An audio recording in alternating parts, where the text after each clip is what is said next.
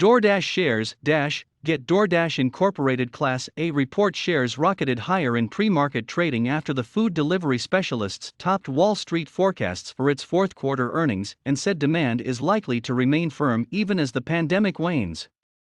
DoorDash said December quarter sales rose 34% from last year to a street-beating $1.3 billion, thanks in part to an active customer base of around 25 million, a level that is around 2.5 times higher than prior to the pandemic.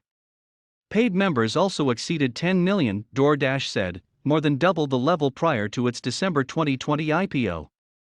The group said gross orders for the 3 months ending in March would rise by around 3.6% to $11.6 billion, helping it produce a modest profit of around $250 million.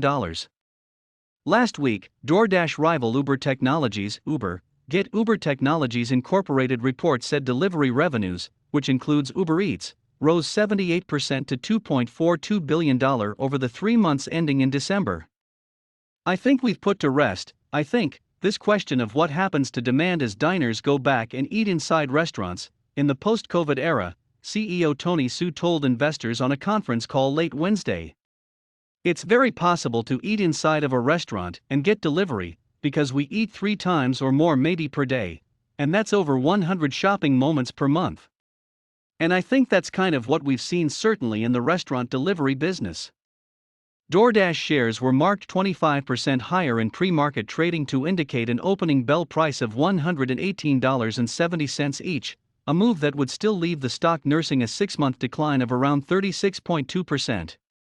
While other sectors of our coverage universe have seen a reduction in demand with the reopenings, DoorDash's greater selection, convenience, and value are proving resilient, said JMP Securities analyst Matthew Condon, who carries a market perform rating with a $200 price target on the stock.